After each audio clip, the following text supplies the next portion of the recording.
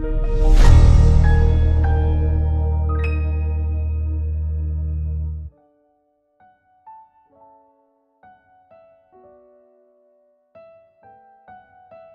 saudara-saudara sahabat rohani yang dikasihi Tuhan. Sebelum kita memasuki renungan ini, marilah kita berdoa. Kasih karunia dan damai sejahtera dari Allah Bapa kita dan dari Tuhan Yesus Kristus menyertai kamu. Amin. Firman Tuhan renungan kita pada saat ini diambil dari Galatia 5 ayat 5. Demikian firman Tuhan. Sebab oleh roh dan karena iman, kita menantikan kebenaran yang kita harapkan. Firman ini praktis sekali, tetapi sangat kaya.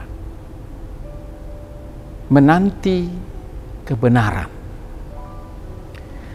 Saudara-saudaraku yang dikasihi Tuhan, menanti kebenaran itu mengajak kita berpikir.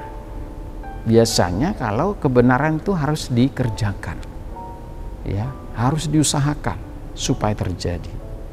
Tapi nats kita berbeda, menanti kebenaran.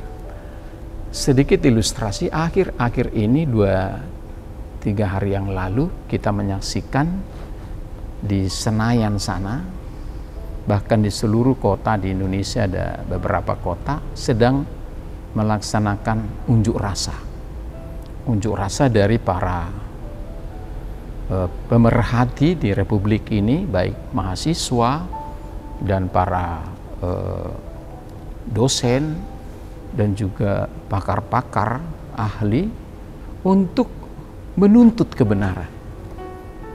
Kebenaran yang dihasilkan oleh Mahkamah Konstitusi tentang pemilihan kepala daerah di negeri kita.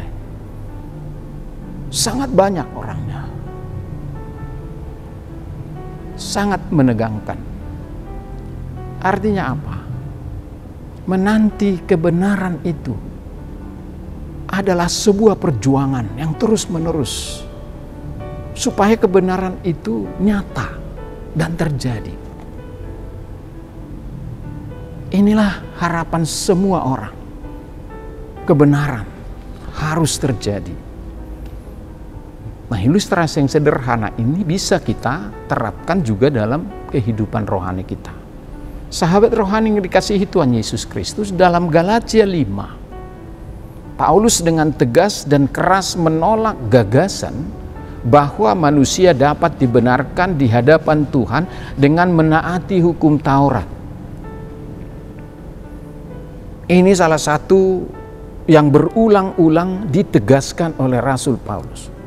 Adalah percuma kalau kebenaran itu kita peroleh dari melaksanakan hukum Taurat, percuma Kristus datang ke dunia ini. Justru karena kita tidak mampu memenuhi tuntutan Taurat, maka Allah mengaruniakan Yesus Kristus untuk datang ke dunia, mengorbankan seluruh hidupnya, bahkan nyawanya, demi keselamatan kita. Artinya apa? Bahwa kebenaran itu ada pada anugerah di dalam Kristus Yesus. Paulus menegaskan bahwa siapapun yang mencoba menambah hukum di atas iman kepada Kristus, pada kenyataannya menolak iman dan terpisah dari Kristus itu sendiri. Hal inilah yang dilakukan kaum Yahudi agar orang Kristen di Galatia menambahkan hukum sunat dan hukum lainnya di atas iman agar dapat diterima oleh Allah. Usaha manusia bukanlah sesuatu kunci untuk memperoleh kasih karunia. Tetapi dalam nats ini, Paulus beralih kepada orang percaya yang mengimani Yesus Kristus sebagai satu-satunya jalan keselamatan. Sejak manusia jatuh ke dalam dosa, kita sudah terkutuk dan rusak. Kita bahkan tidak mampu lagi hidup mentaati hukum Tuhan dengan sempurna. Karena kita sudah bercampur dengan dosa. Sehingga Allah sendirilah yang harus turun tangan, menyatakan bahwa kita hanya dapat dibenarkan oleh iman kepada Yesus. Bersama, kata Paulus, oleh roh dan karena iman, kita akan menantikan kebenaran yang kita harapkan. Sahabat rohani yang dikasihi Tuhan, apa yang kita nantikan? Sebab oleh roh kita menantikan pengharapan kebenaran atas dasar iman. Hal ini mengacu kepada hari penghakiman.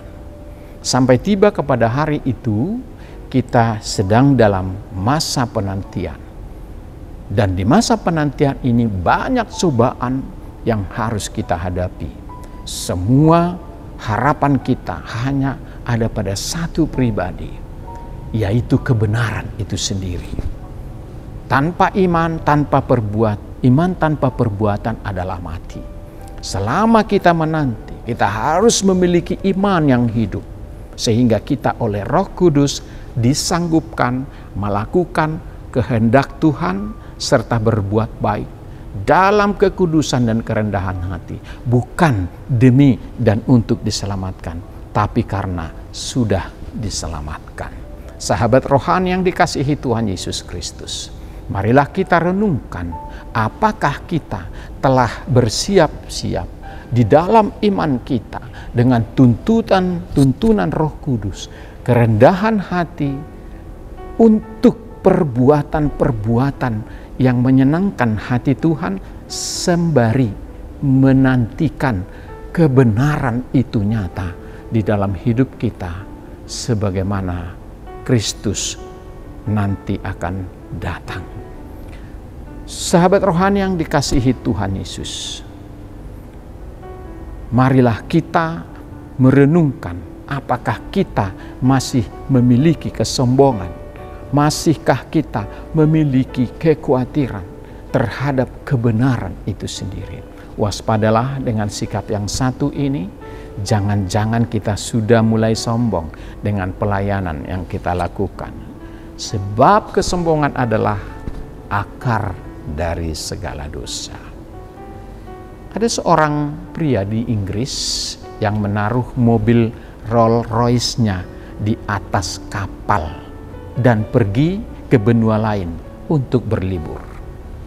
Saat ia sedang berkendara keliling Eropa, sesuatu terjadi pada mesin mobilnya. Ia mengirim pesan ke kantor Rolls Royce di Inggris dan bertanya, "Mobil saya bermasalah, apa yang Anda sarankan agar saya lakukan?" Akhirnya kantor Rolls Royce menerbangkan seorang mekanik. Mekanik itu memperbaiki mobilnya dan terbang kembali ke Inggris dan meninggalkan pria itu untuk melanjutkan liburannya.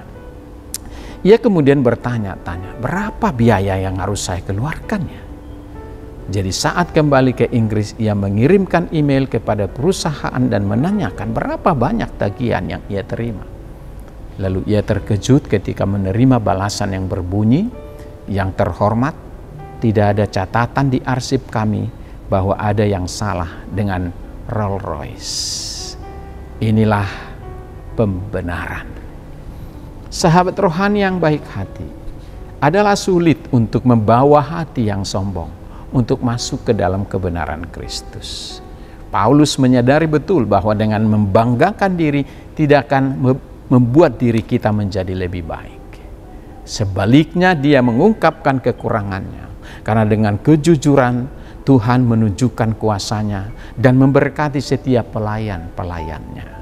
Karena itu kita harus melepaskan semua ketergantungan kita pada perbuatan, pada usaha, dan pada barang dan harta. Dengan itu kita mencari kebenaran dan keselamatan. Sebab hanya oleh iman kita diselamatkan. Ketika kita memiliki iman yang benar, tanpa disadari perbuatan baik itu akan keluar dari diri kita.